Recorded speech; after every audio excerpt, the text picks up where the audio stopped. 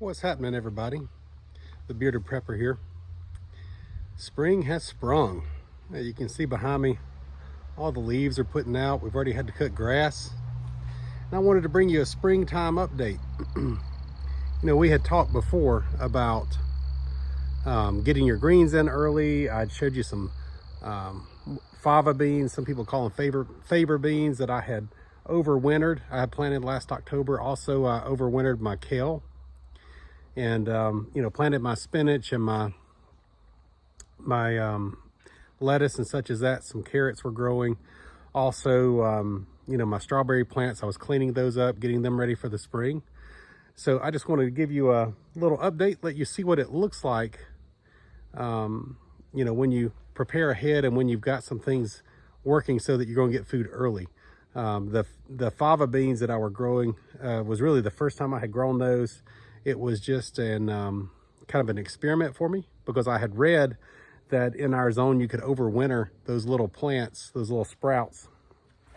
They would make it through the really cold weather, and they did. They survived through single-digit weather here in Virginia. I think the lowest was 4 degrees.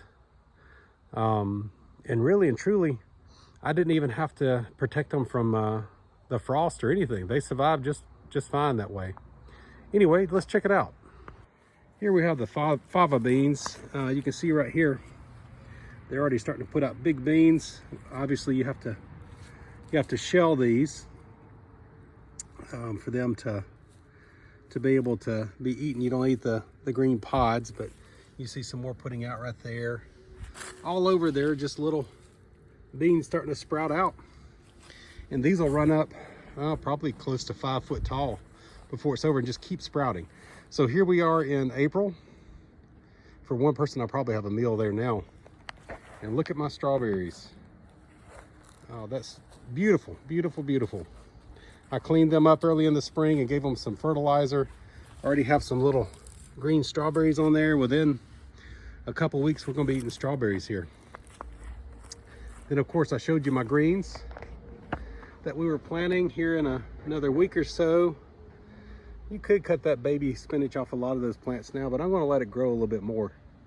You're getting some early greens, but talk about greens, the kale that I overwintered. That's the benefit of having kale in the ground when springtime hits and nurturing it through the winter. Because I've got already big bushy kale plants that I've been eating off of. And of course the carrots that I overwintered are taking off, even though there's not many. There's still a handful. And I've never really overwintered carrots before, but boy, it really gave them a good spring start. So as you're thinking about your preps in your garden, I encourage you to experiment with this kind of stuff so that you can start producing as early as possible. Here in the zone we're in, you're not supposed to be able to really plant your garden before May 1st. So if you're in a situation where you're trying to produce your own food and you want to not just live off of wild edibles in the springtime, you can have nutritious plants that will get a good jump start on growth if you focus on overwintering. And keep in mind, I did all of this in this little experimental bed without a greenhouse.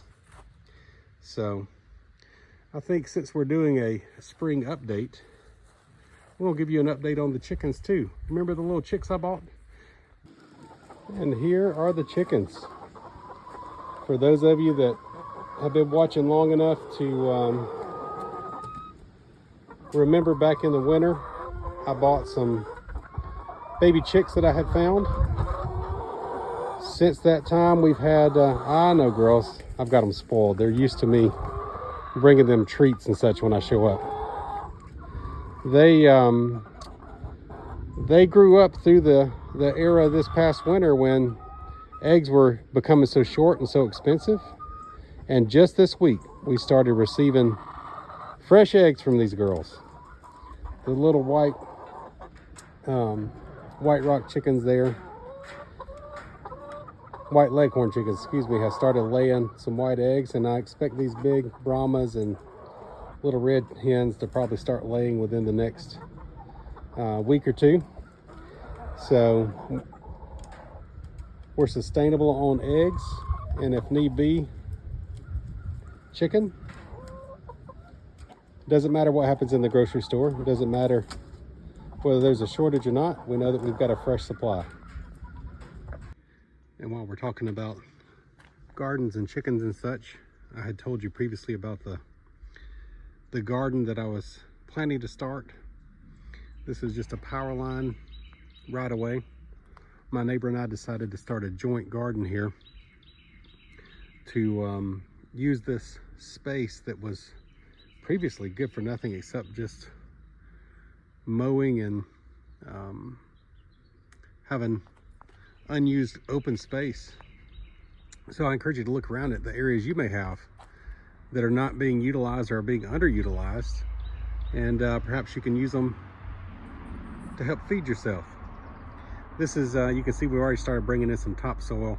We're going to have a raised garden here and hopefully produce a lot of produce to be able to can and freeze and have fresh food this summer. So as you're going about your preps, your normal routine of having a garden, maybe practicing different things, I encourage you to make sure you're incorporating your preparedness in those normal activities. Just experimenting with what you can over winter to give you an early start in the spring, or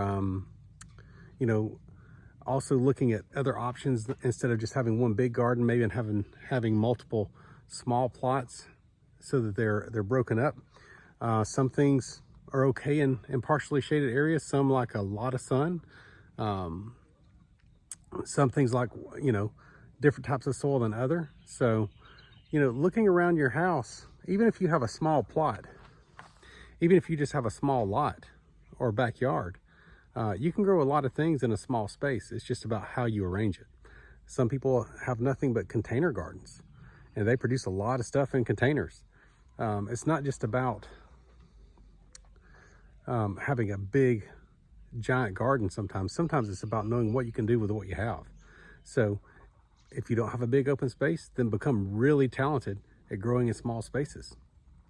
But the most important thing is do something to be prepared and help take care of yourself. So until next time, I encourage you to be prepared. Know your Lord and Savior. God bless. I'm the Bearded Prepper, signing off.